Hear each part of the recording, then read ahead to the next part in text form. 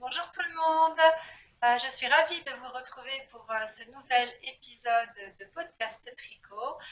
Pour les personnes qui arriveraient sur cette chaîne, je me présente, je m'appelle Laetitia et je suis une tricoteuse de la région de Fontainebleau en Seine-et-Marne.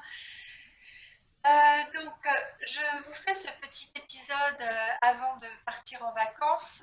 Je pars en vacances mercredi en Corse et je pense que je n'aurai pas la possibilité là-bas de vous faire d'update de tricot ou en tout cas de poster une vidéo. Je pense que ça va être compliqué. Demain, j'emmène mon grand garçon de 24 ans faire du shopping à Val d'Europe parce qu'il voudrait renouveler sa garde-robe pour son anniversaire. Mon grand est étudiant en Roumanie et il vient de rentrer en France. Et donc je suis très contente de l'emmener faire du shopping. Et ensuite, nous irons avec ses deux frères au restaurant pour son anniversaire. Et donc, je pense pas que demain, j'aurai non plus le temps de faire de vidéos avec tous les préparatifs qu'il me reste à faire. Alors, j'ai pas beaucoup d'avant. Enfin, je n'ai pas de projet terminé, pas du tout. En fait, je me suis un petit peu éparpillée ce mois-ci. Euh, j'ai pas réussi à me focaliser sur un seul projet. Et donc, du coup, aucun projet terminé. Alors, par quoi on va commencer? Alors, on va commencer par un test que j'ai fait pour Lisandre Ourda. Ce sont les stickers socks. Un petit modèle de chaussettes, de soquettes, pardon, euh, qui sont absolument parfaites pour aller dans des petites baskets. D'ailleurs, à ce sujet, Lisandre a fait un cal, un knit-along. Je ne sais pas s'il est encore actif sur Instagram, à tricoter ensemble, qui s'appelle Bien dans ses baskets. Et en fait, l'idée, c'est de tricoter euh, des petites soquettes spéciales baskets. Parce que Lisandre en a fait plusieurs. Je vous en ai déjà présenté un dans le podcast précédent. C'était les Coral Charm. Voilà. Et donc, Lisandre a fait plein de chaussettes très très très mignonnes. Donc là, j'ai été quand même très mauvaise testeuse parce que j'ai pas du tout fini le test à temps. Et en plus, il me reste une chaussette à tricoter. Bon. Heureusement, Lisandre a été adorable. Elle m'en a pas tenu rigueur. Je suis désolée, Lisandre, mais j'ai pas réussi. Voilà. Sur ce coup-là, j'ai pas été, j'ai été une testeuse en carton, hein. Donc, ce petit modèle, moi, je l'ai tricoté en Yavol de Langue. C'est la première fois que je tricotais cette laine. Je l'ai trouvé assez similaire à la Weta Ficolana. Euh, j'ai bien aimé tricoter ce fil. La chaussette a été bloquée. Je trouvais ça impeccable. Voilà, fil très sympa. Alors ici, c'est un motif de jacquard que j'ai tricoté avec des restes de Ficolana d'Arweta. Et là, ici, le petit cœur, c'est une broderie. Ce n'est pas du jacquard. Bon, je suis pas très contente de ma broderie. Je ferai mieux la prochaine fois. Euh, mais bon, et puis j'ai un petit peu galéré avec le petit rebord ici. Je m'étais trompée et j'ai dû redémonter. Du coup, c'est pas net net. Bon, la prochaine sera beaucoup plus jolie, je pense. Euh, Alors c'est rigolo parce que Emma, j'ai vu que Emma Tricolibri, j'ai vu que tu tricotais la même petite soquette hier, sauf que toi elle est noire et rouge. Donc coucou Emma, si tu passes par là, sticker socks. Euh, donc ce petit modèle de chaussettes, dans son patron, Lisandre propose plusieurs grilles de jacquard.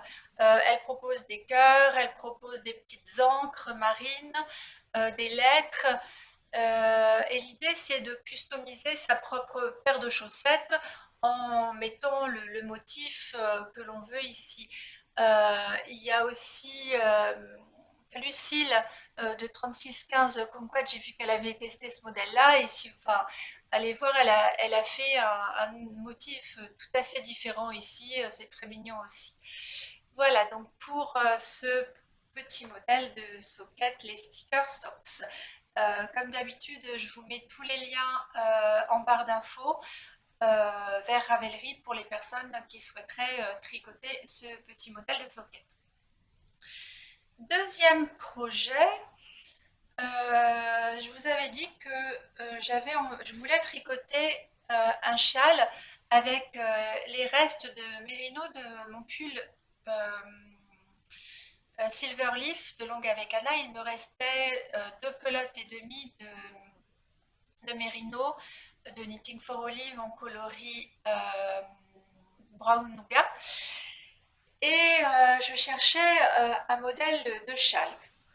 J'ai fini par jeter mon dévolu sur le châle Kélias de Bérangère Caillot, l'île aux fils, que je trouve vraiment très très joli. C'est un châle à deux couleurs. Donc j'ai commencé il y a quelques semaines à faire ce châle donc en utilisant des restes, donc les restes de Knitting for Olive et un écheveau de geisha de mince, Eline Hélène dans le coloris peau de pêche. Alors je ne me souviens plus exactement de la composition de la geisha, je vérifierai. Donc très chouette modèle, j'aime beaucoup le modèle. Par contre, je pense pas que je vais le continuer parce que cette couleur peau de pêche, en fait, je l'aime pas. J'aime pas du tout. Euh, je trouve que ça me va pas. C'est trop fade sur moi. Ça ne ressort pas. Et du coup, je pense que je pense que je vais démonter ce projet et que je vais remplacer cette couleur peau de pêche par une couleur beaucoup plus foncée que le marron là.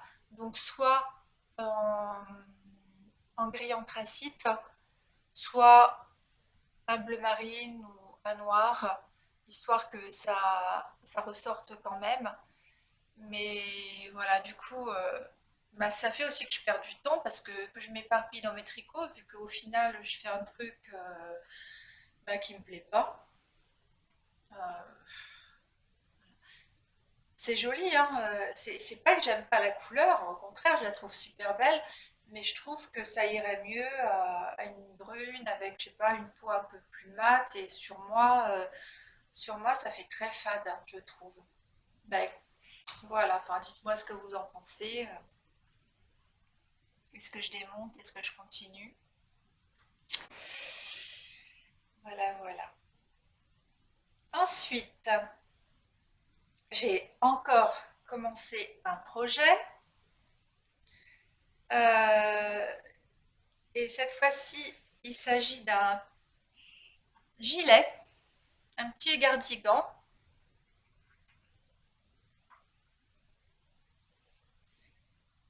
Alors, j'ai bien avancé, hein. On va pas voir très bien parce que les, les bords sont tout roulotés là. Alors, c'est un cardigan très très simple hein, que je tricote du haut vers le bas. Alors, pour la petite histoire, quand on a été déconfinés, je suis allée quelques jours à Montpellier et je suis allée dans une boutique qui s'appelle, ah là là, j'ai un trou de mémoire, du thé et des laines. Enfin, en tout cas, je vais vérifier si c'est pas ça, je vous mettrai euh, le nom sur là ou là quelque part. Et c'est une boutique dont le concept, c'est un peu comme l'oisiveté à Paris pour celles qui ont connu, où on peut déjeuner des salades, prendre un petit thé. Et donc il y a une partie de la boutique où on peut déjeuner sur le pouce, des petites salades, des petits monsieur, boire un thé, manger des gâteaux, des choses comme ça. Et l'autre partie, euh, consacrée donc à des laines, c'est une très jolie boutique et ce sont des laines éthiques, hein, d'après ce que j'ai compris. On y trouve d'ailleurs des laines d'Hererum Natura, par exemple, euh, des laines de teinturière. Et alors moi j'avais envie de m'offrir une laine de printemps, de marquer le coup un petit peu au sortir de ce déconfinement. Et j'ai trouvé donc dans cette boutique un fil qui s'appelle Cumbria de Pasquali, qui est un mélange de 55% coton et 45% viscose de bambou. Et ce qui lui donne ce côté assez... ça lui donne un brillant un petit peu comme de la soie. C'est très très joli, c'est assez régulier comme rendu. C'est une laine qui a un échantillon de 25 mailles. Donc c'est plus ou moins une laine sport qui se tricote en 3, voire 3 et demi. Et voilà, donc j'avais pas de modèle avec ce fil. C'est des coloris un peu beige du coup. J'ai décidé de créer mon propre modèle. Donc ce modèle n'a pas de patron. Je me suis juste inspirée d'un pull que que j'avais acheté il y a quelques années, qui était un pull d'hiver et qui avait ce motif très simple de trou-trou. Et j'aimais beaucoup ce petit pull. Donc du coup, comme je voulais quelque chose de très simple, un point un petit peu fantaisie, histoire de casser la monotonie, mais je voulais quand même quelque chose de très simple, j'ai décidé de prendre ce point. Et puis, bah, voilà, de faire mes propres calculs.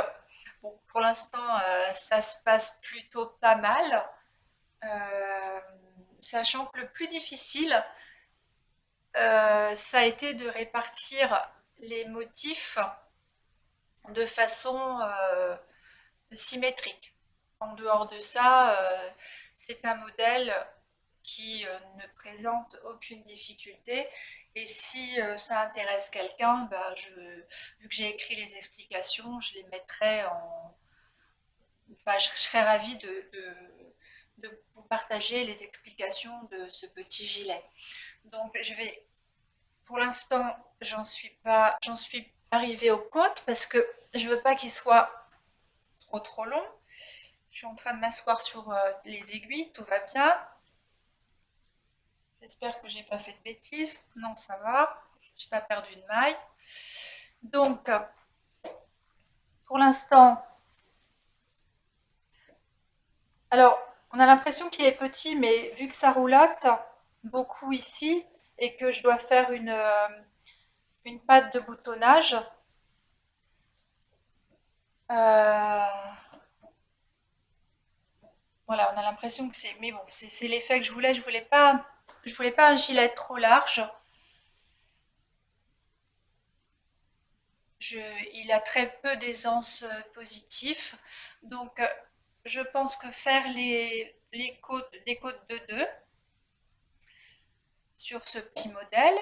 Et alors, pour les manches, alors je ne suis pas encore sûre et je ne sais pas si je vais faire des manches plus ou moins fitées ou si je vais faire des manches droites un petit peu, un petit peu bouffantes ici. Je sais pas, je vais voir. Alors, quand j'ai fait les calculs pour ce modèle, euh, enfin, j'ai décidé de faire une encolure plus près du cou que le gilet Falesia que j'ai tricoté, le Falesia d'Emily Louise, parce que euh, je trouve, enfin, le Falesia, enfin, je l'aime beaucoup, hein, je l'adore, mais en fait, il a tendance à tomber comme ça. Euh, et en fait, ça me dérange un petit peu. Et je pense que il y avait trop de mailles autour de l'encolure et que c'est pour ça que ça a tendance à tomber. Et du coup, là, au niveau du raglan des manches, je suis partie sur 8 mailles seulement. Euh, bon, c'est pas le même échantillon hein, de toute façon que le Falesia, puisque cette laine-là, elle est un peu plus épaisse. Mais voilà, enfin, l'idée c'était d'avoir un gilet euh, plus près du cou et qui ne tombe pas. Donc, pour l'instant, voilà ce que je peux vous en dire. Donc si ça vous intéresse d'avoir les explications de ce petit gilet quand il sera terminé et si ça tombe bien, si voilà, bah, n'hésitez pas, je vous les offrirai avec grand plaisir. Donc comme c'est un projet qui est assez long parce que je le tricote en 3 et que j'ai l'impression de ne pas avancer, donc entre ma chaussette que je termine pas, le châle dont la couleur ne me plaît pas, et puis ce gilet qui n'avance pas, j'avais envie de quelque chose qui soit un petit peu plus gratifiant. Et j'avais craqué sur un petit. Je suis en train de m'emmêler là dans mon. Oh là, je suis en train de m'emmêler dans ma pelote. Bon, je vais poser ça. Donc j'avais envie d'un projet un petit peu plus gratifiant, quelque chose qui monte un petit peu plus vite. Voilà, je vous dis, cette fois-ci, c'est du grand n'importe quoi, ça va dans tous les sens. Euh, j'ai commencé un petit débardeur un petit- qui s'app- qui s'appelle My Lace Top.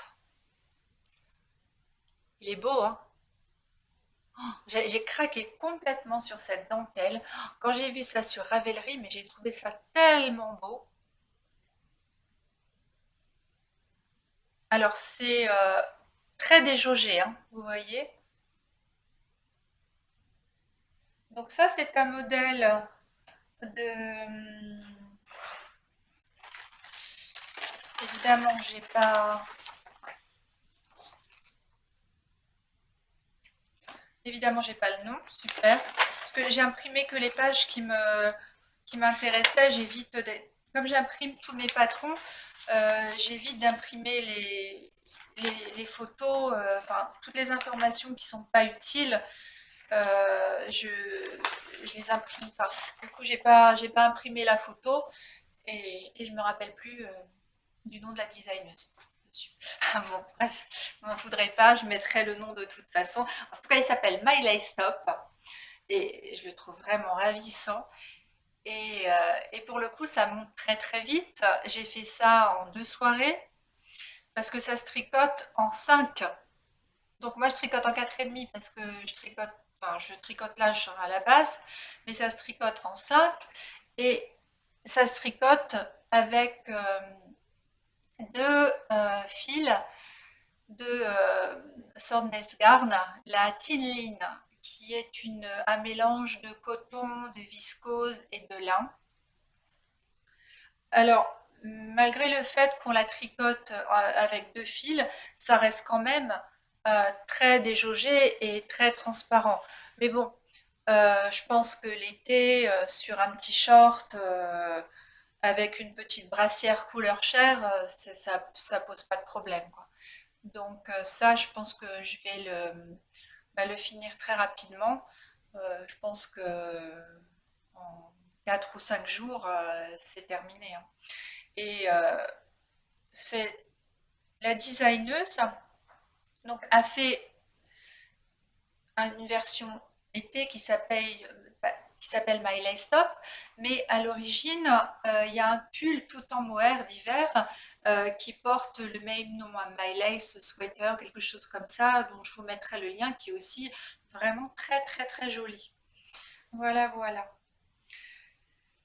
Donc ça, c'est tout pour les projets en cours. Après, il y a eu des craquages. Donc, ouais, j'ai pas été raisonnable du tout, du tout, du tout. Donc, première chose, hier, je suis allée à la fête de la laine de Malakoff hier matin. Et je me dis, enfin, maintenant qu'on peut sortir, et j'espère que ça va durer, enfin, voilà, faut en profiter maintenant, enfin, on a de nouveau des événements comme ça.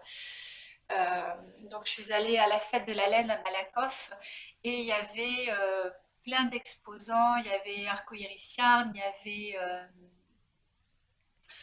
Tricot et Stitch, il y avait Eline Hélène, Célène, les fils de Sidonie, et puis plein d'autres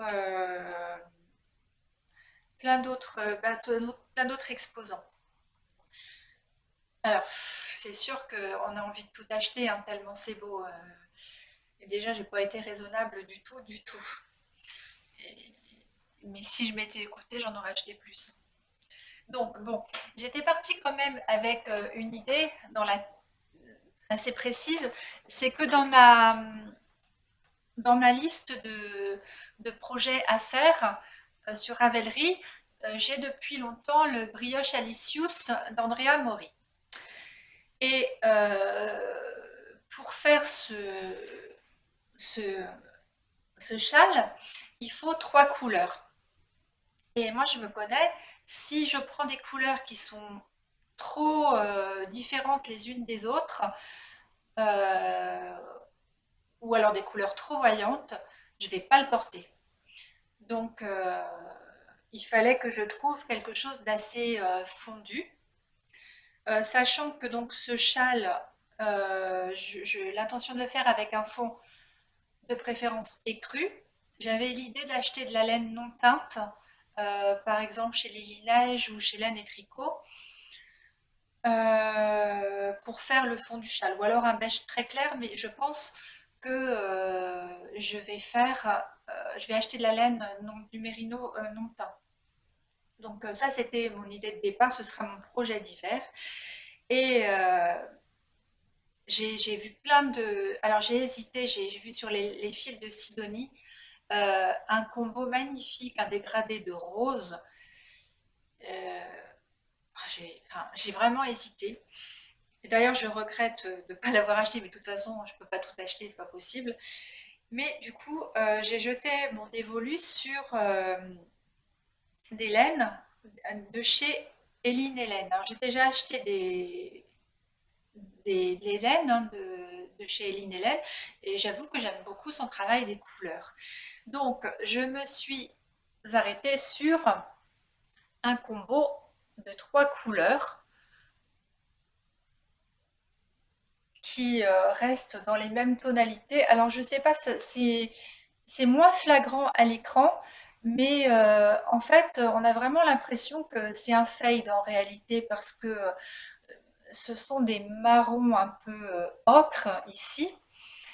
Euh, Ici, il y a de l'ocre avec des touches de gris, et ici, c'est un marron qui tire vraiment vers le gris.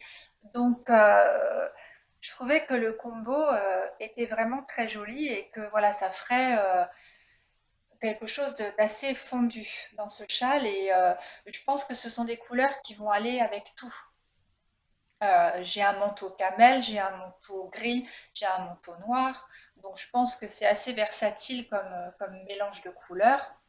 Donc j'ai pris en premier lieu donc de la qualité Yakuza Fingering, qui est un mélange 60% de mérino, 20% soie et 20% yak.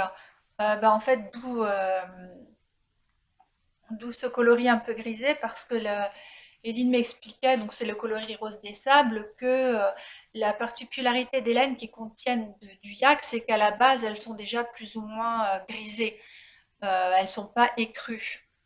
Donc du coup, les couleurs, enfin, ça rend des super couleurs parce qu'elles sont, comment on appelle ça, tone down.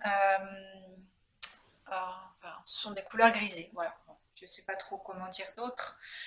La deuxième, c'est aussi de la Yakuza Fingering. Cette fois-ci, c'est donc le coloris caramel.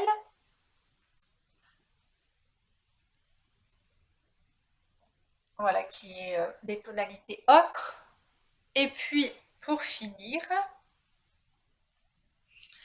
ça, c'est de la tabi, qui normalement est de la laine à chaussettes. 75 Merino Superwash et 25% nylon. Et c'est le coloris au coin du feu.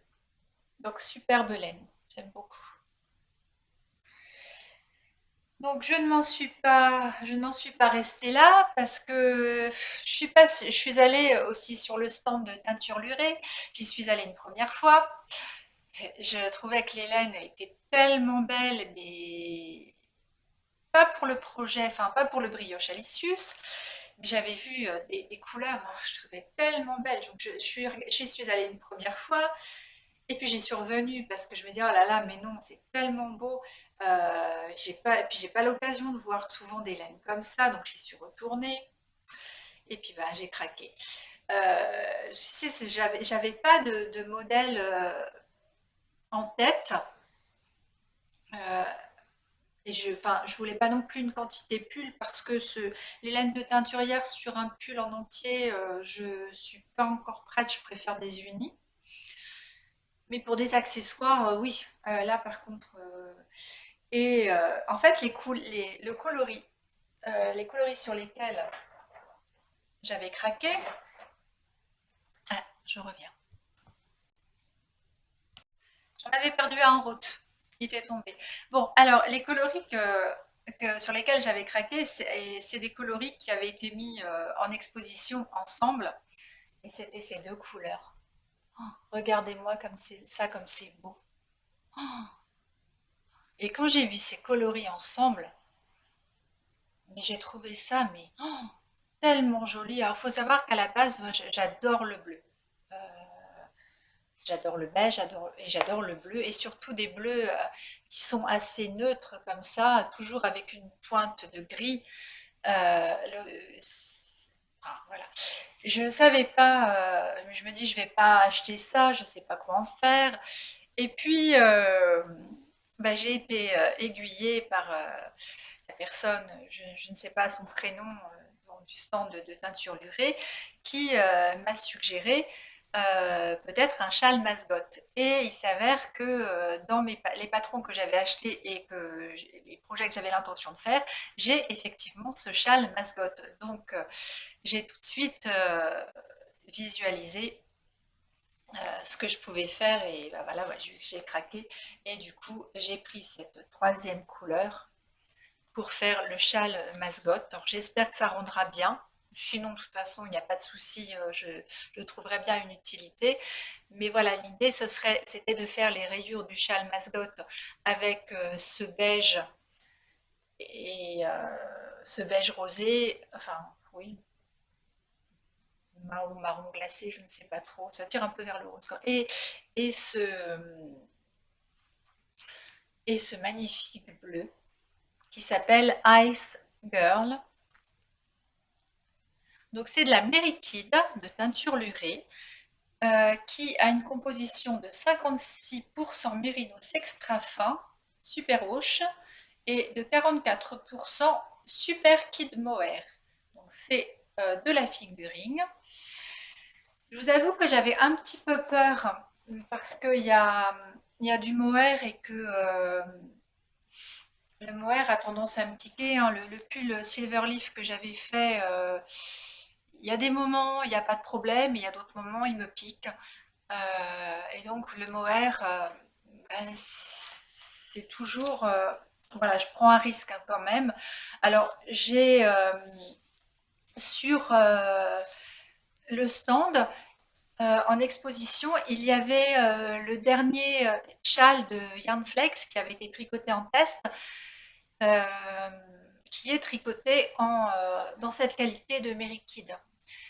Et donc j'ai pu essayer sur ma peau la qualité Mary Kid tricotée en châle, et a priori, ça va, ça pique pas.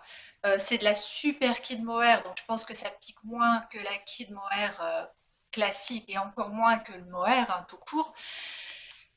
Donc à voir. Au passage, hein, le châle de Audrey Borigo, il est superbe, magnifique. Franchement, pour l'avoir vu en vrai, mais oh, c'est splendide. Moi, je suis plus châle long que châle triangle parce que je trouve que c'est plus facile à enrouler autour du cou. Mais enfin, sinon, aussi bien le modèle que cette qualité Mary Kit, mais ça rend très très bien. Donc, donc le bleu, c'est Ice Girl. Le beige écru, c'est Lullaby, berceuse. Et, et le beige marronné, là, c'est Enter Sandman, marchand de sable. C'est beau, hein? Donc voilà pour mes petits craquages, enfin mes gros craquages à la fête de la laine de Malakoff. Mais c'est pas tout, c'est pas tout. La semaine dernière, je suis allée, euh, enfin, dans mon dernier podcast, je vous avais dit que je trouvais ça dommage qu'il n'y ait pas plus de boutiques de laine autour de Paris, et encore moins autour de Fontainebleau. Et une personne dans les commentaires m'a dit qu'une boutique de laine avait ouvert dans la région de Fontainebleau, à Veneux-les-Sablons. C'est une boutique qui s'appelle euh, Maison Bon Poil. Voilà, Maison Bon Poil, qui a un site internet d'ailleurs, qui a aussi une démarche éthique. C'est une boutique atelier, donc Marion vous reçoit dans cette boutique atelier, euh, dans sa maison. Et Marion propose des laines éthiques. On retrouve également du Dererum Natura, on retrouve de la BioBalance, pardon, ce type de fil. Je ne sais, enfin voilà, pas mal de marques, voilà, avec une démarche éthique, des laines naturelles. Donc super accueil. Euh, je vous conseille vraiment d'aller voir cette boutique. Il y a plein de merveilles, c'est très joli, c'est très bien agencé. Marion est très gentille. Et Marion propose des apéros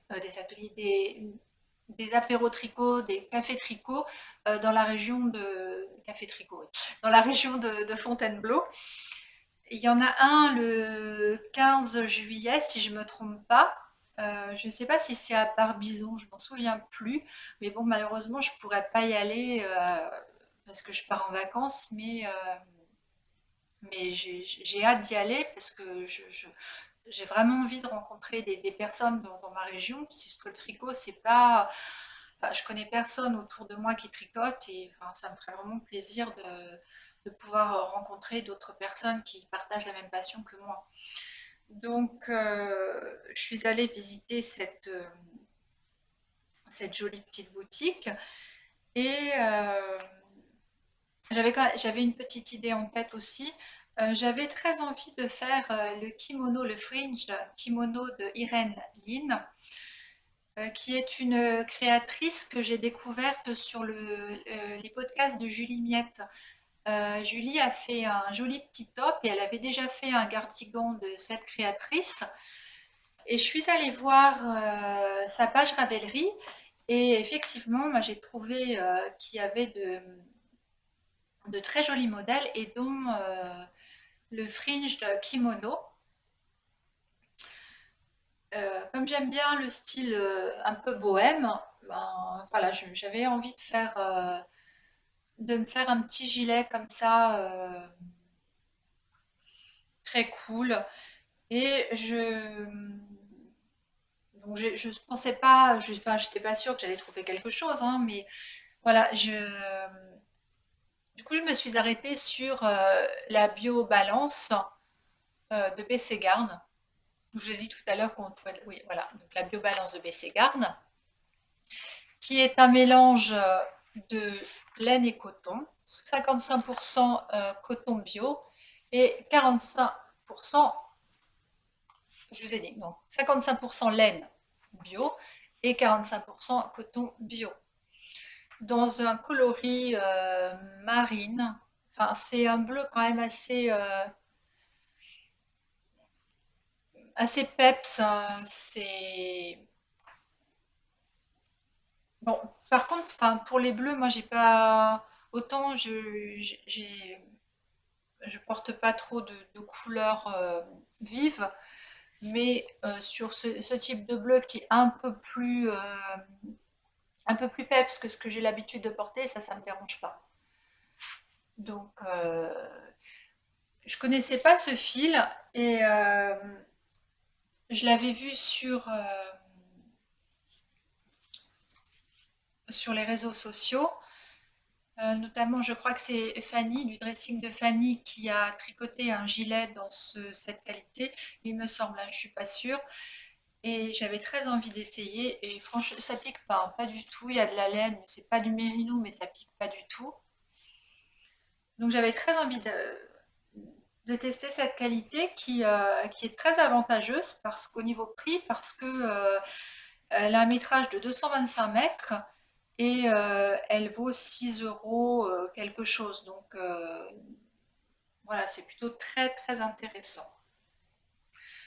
Donc voilà pour mes avancées tricot, mes petits craquages. Donc n'hésitez pas à aller faire un tour à la maison Bonpoil. Et puis moi, je vous retrouve vraisemblablement au mois d'août et j'espère que j'aurai des projets terminés à vous montrer. Et si vous partez en vacances, je vous souhaite de bonnes vacances. Si vous êtes en vacances tout court, je vous souhaite de bonnes vacances. À la prochaine fois. Bye.